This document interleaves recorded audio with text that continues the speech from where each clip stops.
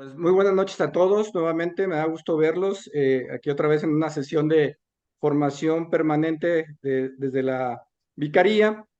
Y hoy pues es un placer presentar al padre Francisco Fernando Gaviria. Él es coordinador diocesano del área de historia de la diócesis, algo que me parece súper interesante de parte de la Vicaría, y además es coordinador de la pastoral presbiteral. Entonces, el tema que hoy nos trae aquí creo que a todos nos ha llamado la atención. Entonces, sin más, le cedo la palabra al padre. Y padre, si nos hiciera un favor así, antes de empezar con el tema brevemente, darnos una pequeña, que nos explique de qué se trata este hermoso ministerio de lo que es ser del área de la historia de la vicaría. Pues miren, eh, la diócesis de Querétaro es rica en historia.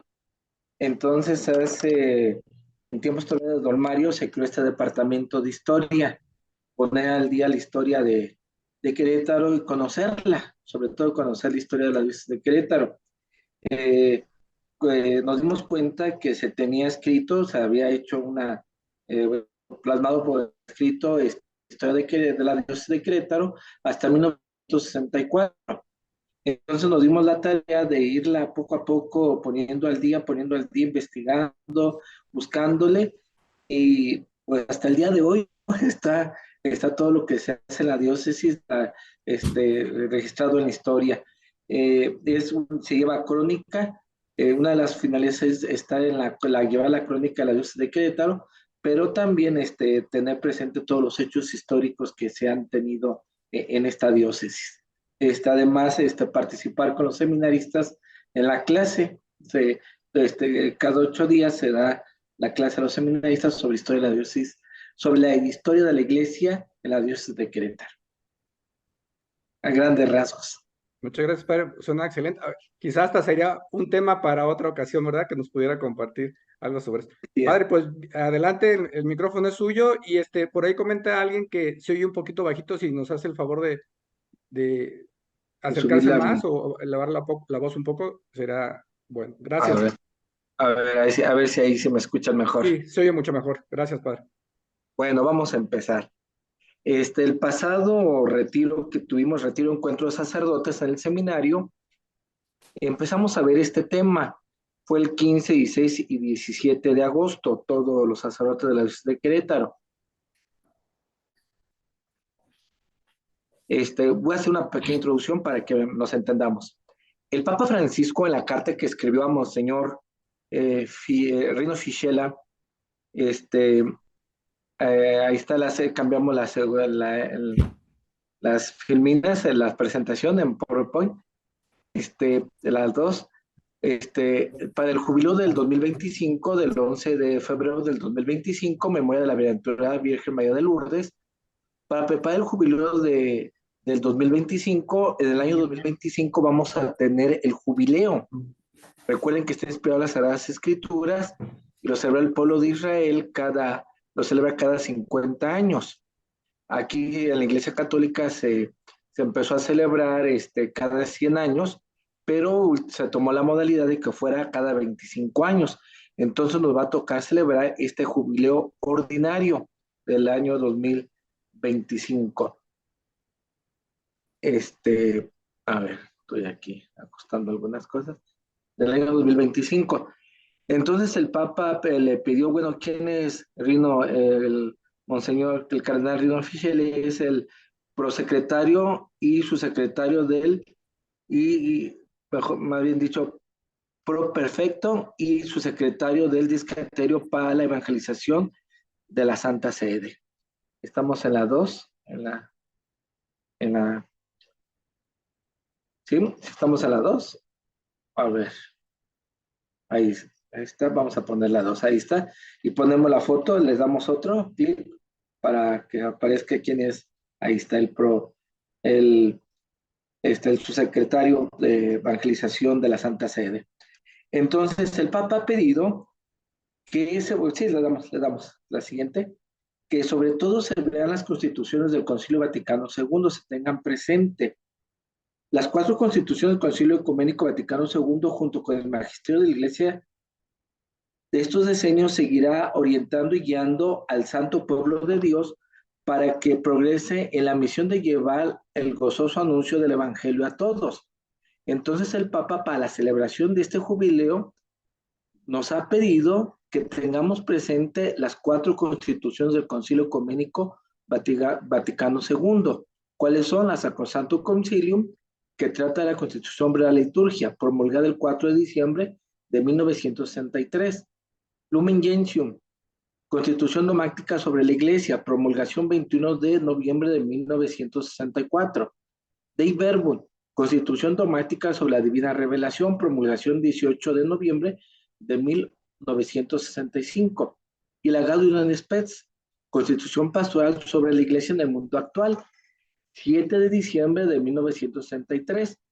Se fijan, cuando se promulgó la Sacrosanto Concilio se cumplen 60 años. Y cuando estemos en el jubileo, se van a celebrar 60 años de la Gaudium et Spes. O de alguna manera, por lo que el Papa quiere que tengamos presentes estas constituciones. La vamos a ir viendo en la diócesis, la vamos a ir reflexionando, ya lo vimos los sacerdotes. Ahora, por ejemplo, el día de mañana, el padre Miguel Sarasúa Virula tiene encuentro de liturgia y en el seminario.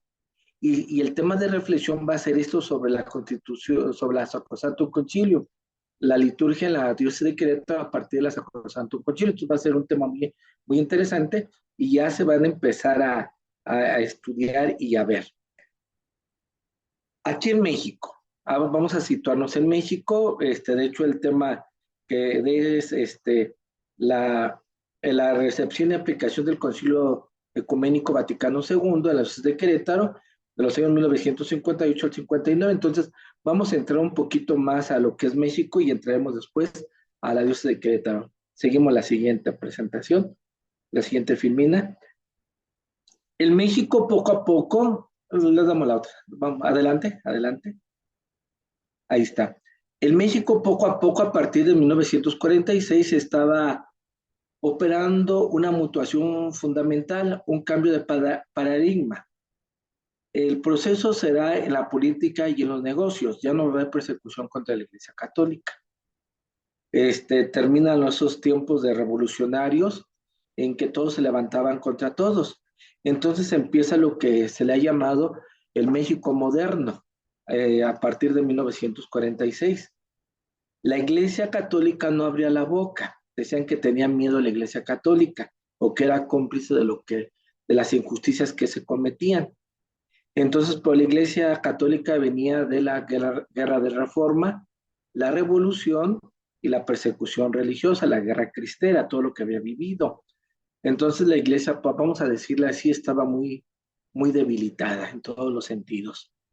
Pero a partir de este momento, la Iglesia tiene más libertad para cumplir su misión.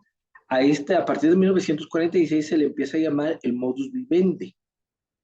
A la Iglesia se le permite fortalecer su estructura interna, ampliando su labor pastoral, absorbiendo áreas cada vez mayores en educación privilegiada. Pero el cambio más urgente no era del todo viable y tardía algunos años en manifestarse su creciente importancia. Por ejemplo, esto de la educación aquí en Querétaro. Va a terminar el gobierno de Lázaro Cárdenas, pero lo estamos viviendo, ¿no? Quizá en estos tiempos quiere imponer educación socialista.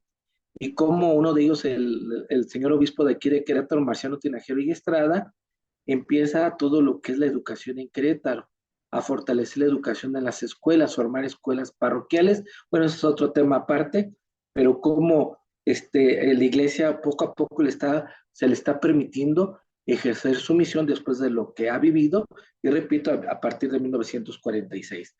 Les damos la siguiente. Una nueva generación de sacerdotes incorpora labores sacerdotales, e incluso en niveles episcopales con espíritu nuevo y distinto. El excelentísimo señor José Marciano Tinajero y Estrada murió en la ciudad de Querétaro el 27 de octubre de 1957. Después de 6 meses de orfandad, en ese tiempo quedó al frente de la diócesis de Querétaro, Monseñor Salvador Septién Uribe, está en proceso, a ver si se puede lograr su beatificación. Entonces, Monseñor Septién le va a entregar la diócesis el 8 de abril de 1958. El Vaticano da a conocer la elección de su excelencia, Monseñor Alfonso Toriz Cobian, como obispo de Querétaro. Él va a llegar hasta el mes de mayo, pero en ese momento se da a conocer que el nuevo obispo de Querétaro es don Alfonso Toriz Cobian. Ubica la fecha 1958. Le damos la siguiente. Poquitos años antes de este nombramiento, o mejor, sí, el 25 de enero de 1959, decía un poquito antes, es elegido el Papa Juan XXIII, pero el Papa Juan XXIII en 1959, en la celebración de la conversión del apóstol San Pablo, en la Basílica Romana de San Pedro, anunció el deseo de convocar a un concilio ecuménico. Se había elegido al Papa Juan XXIII como de un Papa de transición, una persona ya mayor y que pues iba a estar tranquila la iglesia. Y el Papa llama la atención y sorprende a todo el mundo cuando convoca a un concilio ecuménico. El gran acontecimiento de nuestra era moderna en el ámbito de la iglesia será el Concilio Vaticano II. Vamos a regresar un poquito a lo que es la Santa Sede, vamos a regresar al Vaticano para entender lo que pasa en México y lo que va a pasar en Querétaro. La siguiente. El Papa Juan XXIII. El anuncio del Concilio Vaticano II sorprendió a la Iglesia Católica Mundial y fue recibido con recelos y dudas. Pensar una reunión de obispos y especialistas para estudiar la situación de la Iglesia parecía fuera de lugar, sobre todo por un Concilio Vaticano I que había definido la infalibilidad pontificia, o sea, lo que decía el Papa, eso era lo que se hacía. Entonces, ¿cómo el Papa pedir la opinión de más, sobre todo de laicos, de sacerdotes, de obispos, de cardenales? Si lo que decía el Papa era infalible, ¿no? Y la iglesia se guiaba por lo que el Papa iba diciendo. Entonces ahora se usa mucho esto de la sinodalidad. Estamos usando la sinodalidad y el Papa lo que quiere es esto, el Papa Juan XXIII, a ver, escuchar. Una iglesia que escuche y una iglesia que responda a los retos de su tiempo. No se les olvide esa palabra que está con rojillo, en rojo. Se pretendió que fuera una especie de agiornamiento. ¿Qué quiere decir esta palabra? Una puesta al día de la iglesia, renovando en sí misma los elementos que necesita de ello y revisando el fondo y la forma de todas sus actividades. Hay algunas personas que dicen, bueno, ¿por qué la iglesia católica no se moderniza? Ahí está la respuesta. El que sí se ha modernizado la iglesia católica, se sigue modernizando y sobre todo esto está al día y está respondiendo a los retos de su tiempo. Damos la siguiente.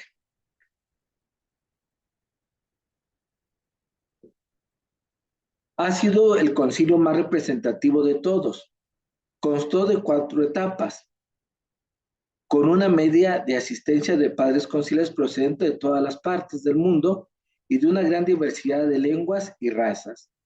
Fue convocado por el Papa Juan XXIII en 1962.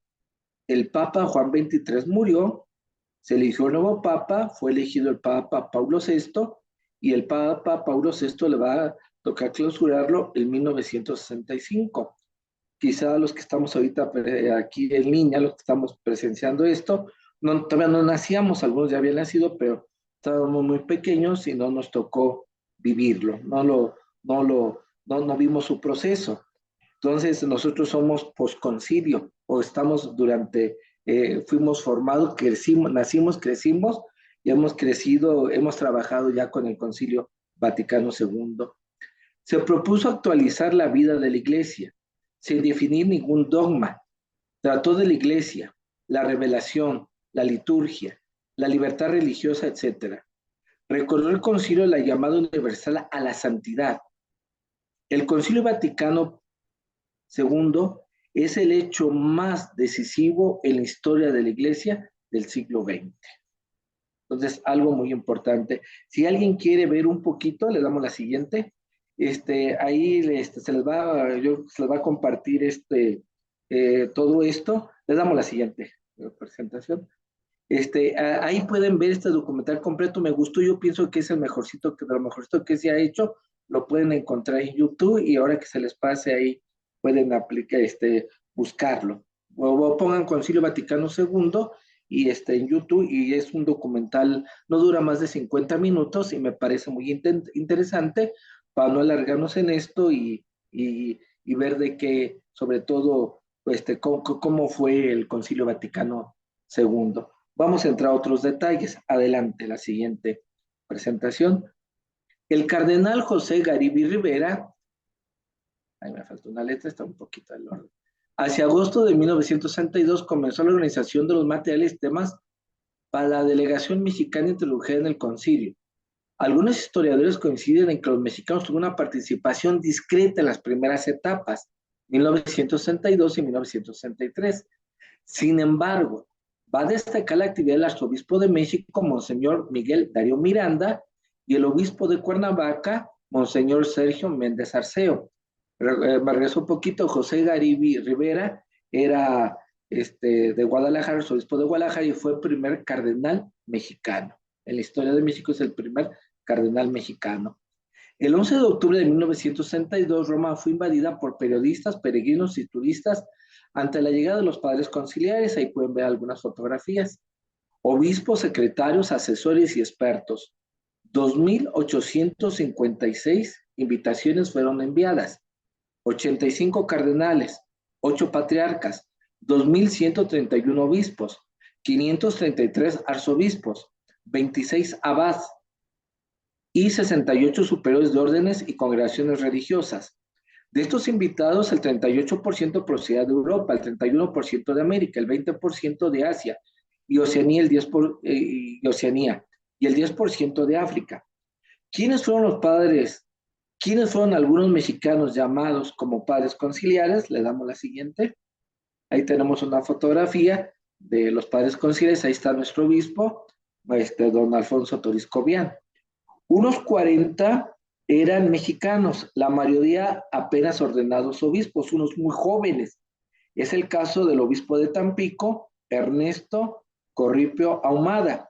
Está la fecha de su nacimiento y la fecha cuando falleció, que después fue arzobispo primado de México. Fue ya al concilio el primer obispo de San Cristóbal de las Casas, muy joven, Samuel Ruiz García, que falleció aquí en Querétaro. El arzobispo de Yucatán, Manuel Castro Ruiz, por decir algunos. El de Saltillo, Luis Guízar Barragán. El administrador de la arquidiócesis de Chihuahua, Luis Mena Arroyo. El obispo de Cuernavaca, Sergio Méndez Arceo. El arzobispo de México y segundo cardenal mexicano, Miguel Darío Miranda Gómez. El obispo de Zamora, José Salazar López. El obispo de Ciudad Victoria, José de Jesús Tirado y Pedraza. El obispo de Autlán, Miguel González Ibarra, y Alfonso Toriz Cobian de Querétaro, que por razones de salud solamente asistió a las primeras sesiones, no asistió a todo el concilio de nuestro obispo. Recuerden que él lo mandan a estudiar a Roma y va a sufrir los horrores de la Segunda Guerra Mundial y sobre todo viajar en barco. Entonces, los viajes se hacían en barco o era todavía muy primitivo el avión. Entonces él tiene que viajar en barco y de alguna manera eso le recuerda lo que tiempos pasados, no muy buenos para él. Siguiente presentación. La recepción y aplicación del Concilio Vaticano II, Ecuménico Vaticano II en México tuvo fuertes tensiones. Las relaciones de los laicos con el episcopado fue uno de los temas más difíciles en ese tiempo de cambio para la Iglesia. 2 autores participaron en el concilio ampliando el papel de los seglares: Emilio Álvarez y Casa y Luis Longoria, padres del que fue secretario de la Comisión Interamericana de los Derechos Humanos, en paz descanse, Emilio Álvarez y Casa Longoria, quienes fueron invitados como representantes del secretario para América Latina del Movimiento Familiar Cristiano. Hubo presentación de laicos y fueron mexicanos. Ahí tenemos los nombres: Movimiento Familiar Cristiano. Se vio la resistencia de algunos clérigos a dar preponderancia a los laicos en las tareas de la iglesia, dificultó la aceptación de la novedad del concilio en México, del concilio. En México, las propuestas de esta reunión convocada por el Papa Juan XXIII propició una conciencia para crear un compromiso nuevo con la sociedad. Aquí, para nosotros es muy fácil, ¿no? La participación de los laicos, pero en ese tiempo la participación de los laicos era impensable.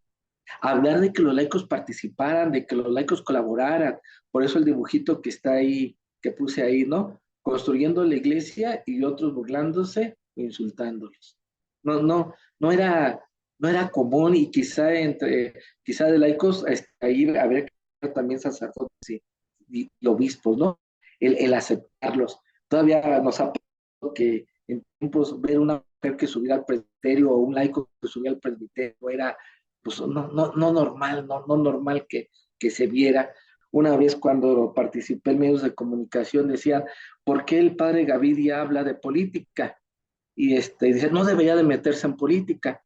Y yo una vez afirmé, y no les gustó mucho, es que cuando los laicos lo empiecen a hacer, yo me voy a quedar callado.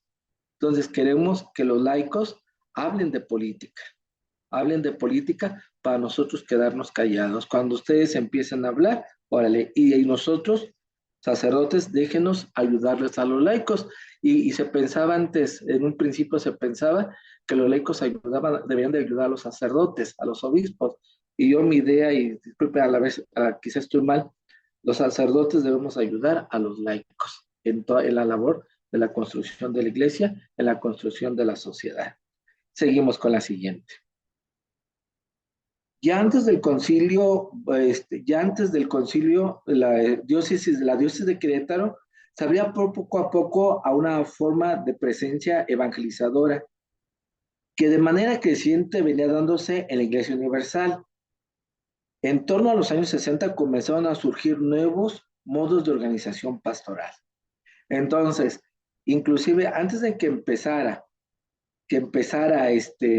el concilio, la iglesia aquí en Querétaro, por medio de Monseñor Alfonso Toriz Cobian, ya estaba implementando la participación de los laicos en la iglesia. Ya lo estaba haciendo, ya estaba creando estructuras que después vinieron a confirmar lo que estaba haciendo el señor Toriz, que no se estaba equivocando, sino iba por buen camino, y ahora sí que como que le dio carta de ciudadanía a todo lo que estaba haciendo don Alfonso Toriz Cobian. Vamos a seguir. Hay que decir que la celebración del Concilio Vaticano II, y esto es muy importante, por eso lo subrayé, encontró a la diócesis de Querétaro en un momento de despegue pastoral. No estaba en cero la diócesis de Querétaro. Y yo diría, y me iría un poquito más atrás, esto de don Marciano Tinajero y Estrada, con todo esto de las cajas populares, el cooperativismo, que después quizá el padre Luis Ugalde nos lo puede explicar mejor. Esto del cooperativismo, esto de la educación, la intervención de la Iglesia Católica en la educación, esto de apoyar a los obreros en Querétaro, todo lo social que se estaba haciendo, pues no estábamos en cero en la diócesis de Querétaro, sino el Concilio Vaticano II llega en un momento en el despliegue pastoral de la diócesis de Querétaro. Seguimos adelante. La siguiente.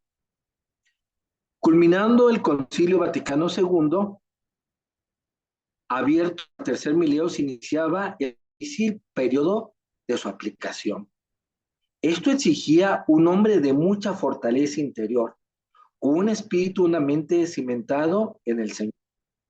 Hombre de profunda oración para discernir a la luz del Espíritu los caminos seguros por donde debe conducir al pueblo de Dios, en medio de las dificultades propias de todo proceso de cambio, de adecuación, de renovación, propias también de la ruta del enemigo,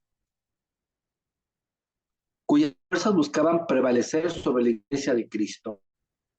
Lo que su santidad Paulo VI le tocó vivir como pastor universal de la grey del Señor, Lo resume el Papa Juan Pablo II en un valiosísimo testimonio. El Papa Juan Pablo II, Caro Voltigua, va a participar en el Concilio Vaticano II, lo va a vivir. Conoció personalmente a este gran hombre que se llama Paulo VI. ¿Qué dice acerca de Paulo VI? Me maravillaron siempre su profunda prudencia y valentía, así como su constancia y paciencia en el difícil periodo posconciliar de su pontificado. Como timonel de la iglesia, Barca de Pedro sabía conservar una tranquilidad, un equilibrio providencial, incluso en los momentos más críticos, cuando parecía que ella era sacudida desde dentro, manteniendo una esperanza inconmovible en su compatibilidad. Lo dice el Papa Juan Pablo II en la Redentores Hominis número 3. Y yo también, y quise poner este comentario del Papa Juan Pablo II, porque yo también se lo aplicaría, quizá a alguno no le va a gustar lo que voy a afirmar, se lo aplicaría al que fue nuestro obispo, a don Alfonso Toriz Cobian. Y yo describiría también así a don Alfonso Toriz Cobian, un hombre de profunda prudencia y valentía. No encuentro otro término para don Alfonso Toriz Cobian. Seguimos con la siguiente. El marcado en la llamada crisis por conciliar, se adelantó mucho, un poquito atrás, ahí está. Esta etapa abrió una profunda herida en el corazón de la iglesia. Algunos sacerdotes se retiraron de su ministerio.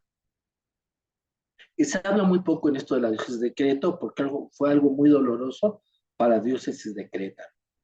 Cuando el ilustrísimo señor Toriz fue nombrado obispo de esta diócesis en 1958, se encontró con un grupo de presbíteros formados en el extranjero, principalmente Roma, a donde habían sido enviados por el señor Tinajero. Este grupo, influido por el Concilio Vaticano II, tenía la preocupación por trabajar en dos aspectos: la acción en zonas marginadas y la formación de equipos sacerdotales. En este grupo se encontraba Mariano Amaya y Mario Gutiérrez Canchola. Por aquí quizá los hemos escuchado. Vamos al siguiente.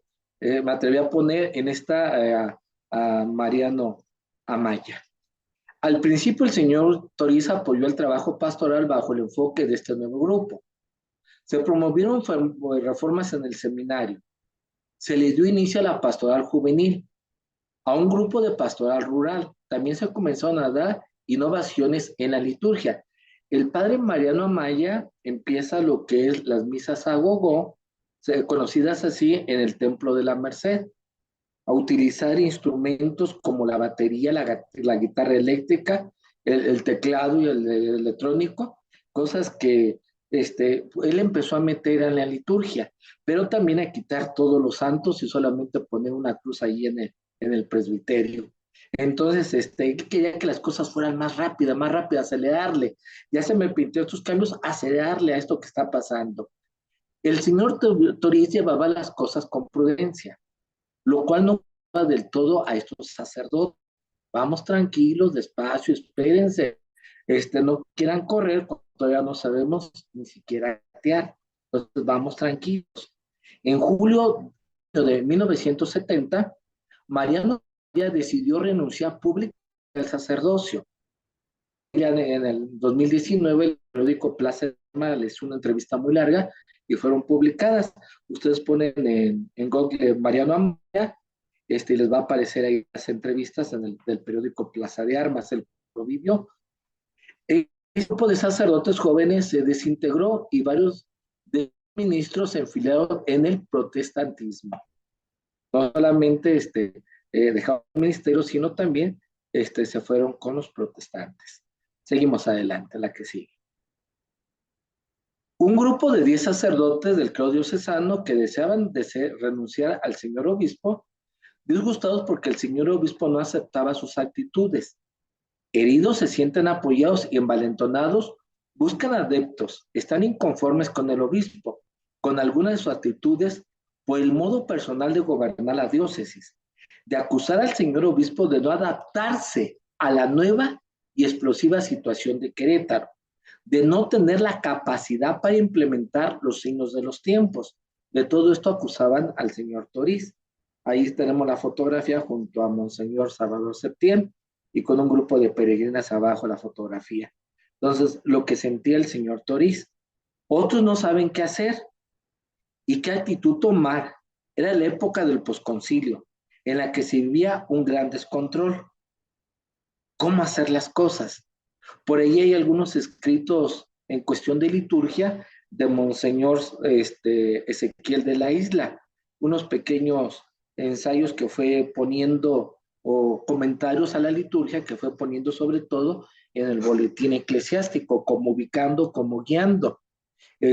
Monseñor Salvador Septién va a ser de una manera el vicario general, después de que fue nombrado el señor Toriz obispo, queda como vicario general Monseñor Salvador Septién, y él con su prudencia, con sus consejos, con su santidad, va a ir aconsejando, guiando a los sacerdotes. Siempre estuvo del lado de los sacerdotes, pero ser muy fiel a su señor obispo y ir ubicando sobre todo estos sacerdotes que pensaban o decían o acusaban esto a nuestro señor obispo.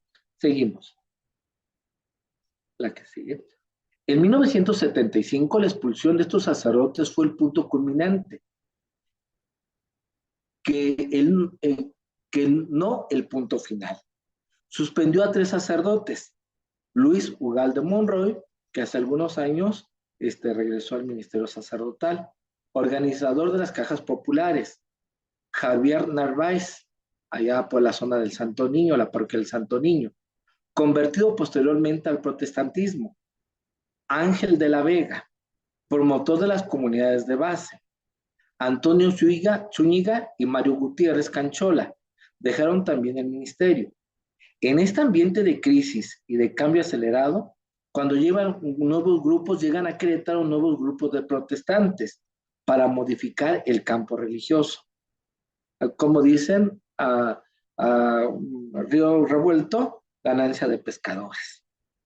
Este grupo de personas encabezadas por un pastor protestante llamado Joaquín Seafort, algunos, que le interesaban sobre todo los sacerdotes que se habían separado de la Iglesia Católica, hasta que logró enrolar a 2 de ellos y fundaron la Iglesia de Dios en Querétaro. Hoy solo se conoce como la Iglesia en Querétaro. Al señor Toriz le tocó enfrentar estos casos, tomando las cosas con seriedad de obispo. Le dolían, lastimaban profundamente los pasos que alejaban de la iglesia a los sacerdotes. Yo conocí al señor Toriz muy niño lo conocí, y una vez sí lo vi muy, muy preocupado, muy enfermo. Yo como niño de 8, 10 años, 9, 10 años, lo conocí y sí me llamó la atención ver así al obispo, ¿no? Preocupado. Lo conocí en una escuela de catecismo, un catecismo que tenían las madres de Madero 120, las catequistas de María Santísima, y me llamó la atención una persona tan alta, tan fuerte, pero verlo así muy, muy preocupado, ¿no? Y uno como niño le llama eso la atención. Siempre, y quizá cuando me preguntan cómo te nació la vocación, quizá ver a este gran hombre, a don Alfonso Toriz Cobian.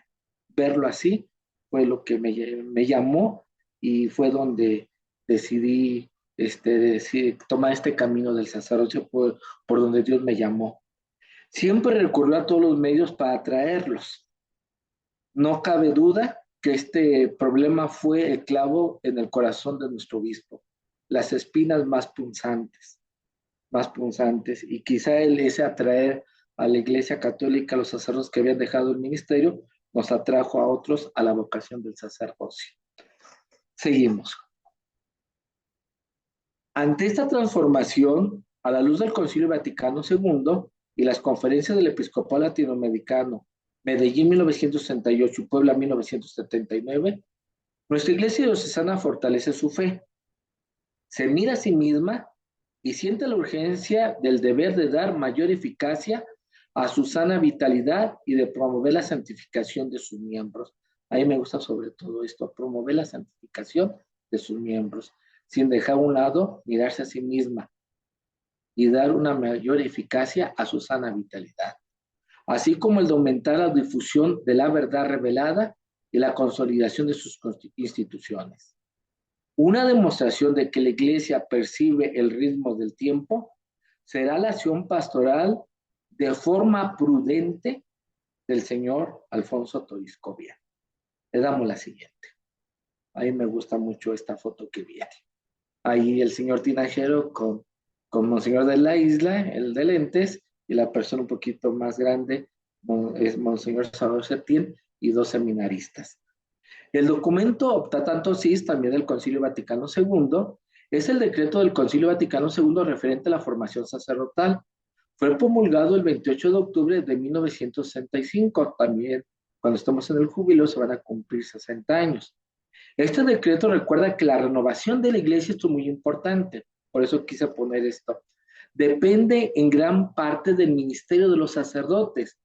De ahí que sea importantísima la formación sacerdotal. ¿Se fijan cómo el concilio también percibe esto?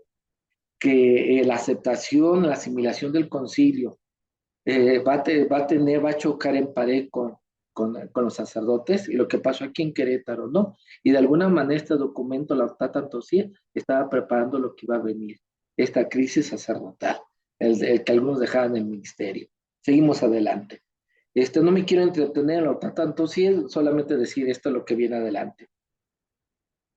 Al hacer un énfasis en la formación pastoral, el Concilio Vaticano II dejaba ver su preocupación de realizar un contacto efectivo con el mundo, el seminarista. Esta formación demandaba una voluntad de escucha y la capacidad para abrir los corazones a la necesidad de los demás en espíritu de caridad. El decreto apunta que los seminaristas deberían aprender el arte de hacer apostolado, no solo en teoría, sino en la práctica, llevando a cabo obras pastorales como parte de sus estudios. En algunas parroquias, hasta nuestros tiempos se está dando, que hay algunos sacerdotes, unos seminaristas que hacen su pastoral los fines de semana en la parroquia donde algunos de ustedes están. Algunos seminaristas cuando acaban segundos de teología van a su año de pastoral. La práctica del apostolado junto con sus estudios. Le damos adelante. Y esto llama la atención, lo que viene a continuación.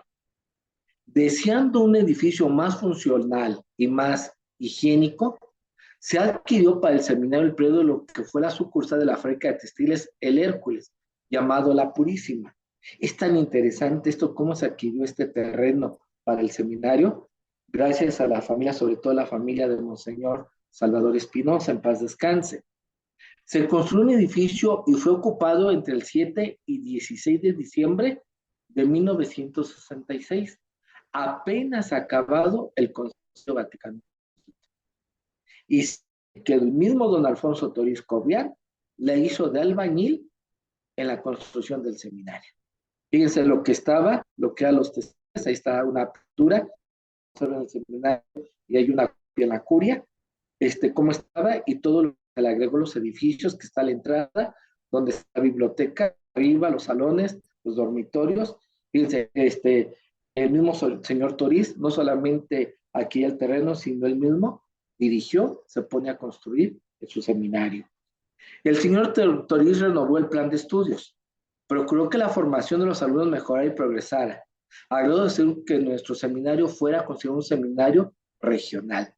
Aquí estudió, por ejemplo, gente de Chilapa, de Neza, Celaya, por decir algunas, por decir Ciudad Valles, por decir algunas diócesis. Hace poco estaba aquí la diócesis de Otihuacán. Seguimos adelante. Respondiendo a la asimilación del concilio. En 1967, el muy ilustre señor canónigo Monseñor Ezequiel de la Isla, después de más de 35 años al frente del seminario, era el rector, renunció a causa de sus enfermedades. Es nombrado rector honorario del seminario, creo que desempeñó hasta su muerte el 14 de marzo de 1981. El padre Guillermo Landeros Ayala, ahora monseñor, es nombrado vicerrector con funciones de rector. ¿Se fijan en esto que se le pone mucho empeño a la formación de los sacerdotes? La asimilación del concilio en primer lugar es la formación del sacerdote. Seguimos adelante. Como Monseñor, el padre Guillermo Landeros, era muy joven era rector. Durante su periodo como vicerrector del seminario, cambia simplemente el cambio del nombre del seminario, antes era Seminario Tridentino de Querétaro. Y a partir de entonces se empieza a llamar Seminario Conciliar, Concilio Vaticano II de Nuestra Señora Guadalupe de Querétaro. El padre Guillermo Landeros cerró el trabajo en equipo, inicia la participación de los alumnos en la pastoral, se busca acercamiento entre seminaristas y formadores, lo mismo con las parroquias y familias de los seminaristas. Se busca la participación de los seminaristas en todos los aspectos. Una nueva, una nueva era en la formación a partir del Concilio Vaticano II. Sin duda los consejos, el prestigio, la moral y la partida de Monseñor de la isla, yo agregaría también ahí a Monseñor Septién, ayudaron para que el seminario poco a poco siguiera su crecimiento y se fue adaptado a los nuevos tiempos del concilio. La que sigue no la vamos a brincar. Esto ya es más para cuando entremos más ahí al seminario. Seguimos adelante, la que sigue. La vamos a pasar. La pasamos. Un dato solamente esto. La Ministerio Cueda del 15 de documentos que hicieron después del Concilio Vaticano II. ¿Cómo aplicar el Concilio Vaticano II? La Ministerio Cueda del 15 de agosto de 1972. Del Papa Pablo VI suprimió el subdiaconado y las 4 órdenes menores, hostiario, lectorado, exorcismo y acolitado, estableciendo en su lugar los ministerios de lectorado y acolitado. Se quedó en esto. Actualmente está el ministerio de catequesis y últimamente el de atención a los migrantes. La que sigue. Esto es en cuestión de la formación sacerdotal. Pero, ¿cómo fue la recepción y aplicación del Concilio Vaticano II a la Diócesis de Querétaro? Otros aspectos, no solamente el seminario. Primero, adelante. En 1968 se crea el Consejo Presbiteral y en 1971 el Colegio de Decanos, los decanos y Consejo Presbiteral. Florecieron muchos movimientos apostólicos de laicos. Se impulsó la catequesis, a ver, la formación sacerdotal, ahora la formación de los laicos. El excelentísimo señor Alfonso Toriz Cobian decide fundar una escuela de catequesis el 13 de junio de 1962. No solamente la formación de los laicos, perdón, de los sacerdotes, sino también de los laicos. Y es lo que nuestro señor obispo, don Fidencio López Plaza, también está insistiendo. Formación, formación. Una vez, cuando se expidió se promulgó nuestro plan diocesano vigente, le preguntaron al padre Guadalupe, padre Guadalupe, ¿usted cómo cree que hay que los pasos a seguir? Y me acuerdo muy bien esta frase que dijo el padre Guadalupe Martínez: formación, formación, formación, en nuestro plan diocesano de pastoral. Entonces, este camino que empezó con la aplicación del concilio fue la formación, y lo primero para los laicos fue la escuela el de catequesis. Seguimos adelante. El 28 de octubre de 1977 se crea la Escuela de Pastoral y Formación Hombres Nuevos. Hombres Nuevos. 1977. La que sigue. En 1982 se reorganizó el SEDEC, Secretario de Estado de Evangelización y Catequesis, integrando el primer equipo a tiempo completo con sacerdotes, religiosos y laicos. Ahí participa el ahora señor obispo de Querétaro, don Fidencio López Plaza, en esta reorganización del SEDEC, del Secretario de Estado de Evangelización y Catequesis. Adelante. Otro punto. ¿Cuántos vamos? 5, el sexto. Adelante. Ahí está. Y todavía por ahí me tocó vivirlo como seminarista. Se publicaron 4 folletos para la formación de catequesis en el nivel de concientización. Por ahí todavía están esos folletos. Formación de catequistas en las parroquias. Cuando nuestro señor obispo era seminarista junto con otros sacerdotes, por ejemplo, el padre Amando, el padre Guillermo Muñiz, en paz descanse, el padre Arturo Herrera, el padre Alfonso Muñoz, el padre Alfonso Trejo, toda esa generación, iban a las parroquias a formar catequistas. No solamente la escuela, sino a través de estos folletos, la formación de catequistas. ¿Se fijan cómo es la aplicación del Concilio Vaticano II con la formación? Otro punto. Concedió a la Escuela Diocesana de Música Sagrada que ocupara el edificio que había dejado el seminario. Formación de buenos músicos. Aquí en Querétaro, cuando se fundó en 1800, ¿qué? 90 y tantos, la Escuela de Música, disculpen que fallé la fecha, Querétaro fue pionero en la música sagrada y vamos a cuidar la la Escuela de Música Sacra, y vamos a cuidar esto, la música sacra, y vamos a darles un edificio. Actualmente la Escuela de Música tiene su edificio ahí en la calle de Vergara. Formación también de buenos músicos, y según lo que prescribe la Sacrosanto Concilio y el Concilio Vaticano II. La que sigue. Ya lo ocupo ahí, adelante. Se crea el Secretario de los Órganos de Pastoral Vocacional. Seguimos. Nos faltan 3. El Señor Torres dio facilidades para que se buscara la promoción social del pueblo de Dios, pero sin descuidar los grandes valores de la espiritualidad en seglares y sacerdotes de la diócesis, laicos y sacerdotes. Sí hubo promoción social del pueblo de Dios. Por ahí decían que, que las comunidades eclesiales de base atacaban a nuestro señor obispo, que no estaba de acuerdo con eso. No, estuvo de acuerdo con las comunidades eclesiales de base y sobre todo esto, la promoción social del pueblo de Dios. El otro punto, hablando de estudiantes, llegó el señor Toriz en algunos años facilitar hogar a estudiantes a la Universidad Queretana. Fue cuando se perdió el patio barroco de ahí de la parroquia de Santiago. Entonces, de alguna manera, el señor Toriz pues, se fijó en los jóvenes. Y si no que haya cedido el patio, sino que, bueno, se trataba de jóvenes, ¿no? Y de alguna manera decir, si se trata de ellos para la universidad, adelante, adelante.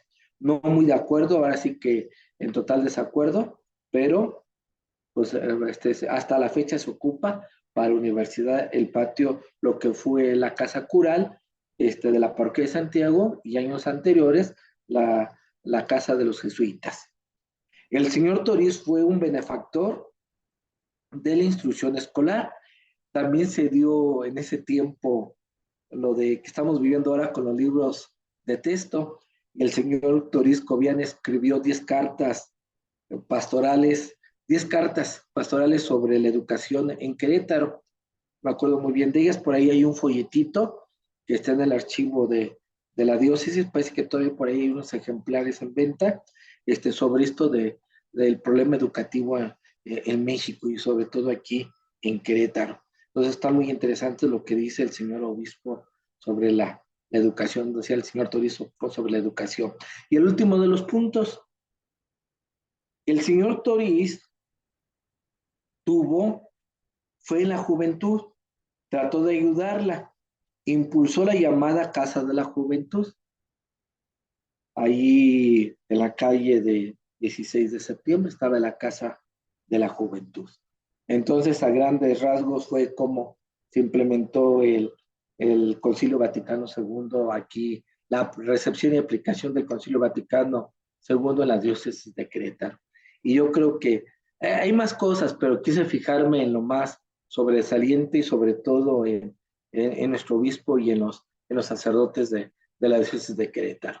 No sé, eso es todo lo que tenía preparado. Hay mucho, y como se fijaron en esto del seminario, hay mucho que decir de esto de los sacerdotes que dejaron el ministerio. Hay mucho, es por ahí escrito algo, no se hablaba, casi no se ha tratado el tema, pero quise escribirlo y dejarlo plasmado. Algún día por ahí se, se publicará la historia completa de la diócesis de Querétaro, y ahí está escrito, pero quizá para ir conociendo esto de lo que vivió la diócesis de Querétaro, una vez le dije a nuestro actual señor obispo, a don Fidencio, se sufrió mucho con la recepción del Concilio Vaticano II, me dijo, pero la herida más fuerte también fue muchos laicos, ¿no? ver los sacerdotes que dejaban el ministerio, dejó a mucha gente herida. No fue tan sencillo la presión del Concilio Vaticano II en Querétaro, todo aquí en nuestra diócesis. A lo mejor otras diócesis fue más difícil, pero esta es la realidad de que se vivió en Querétaro. Quizá nos podemos extender mucho en este tema. Por mi parte es todo, no sé si hay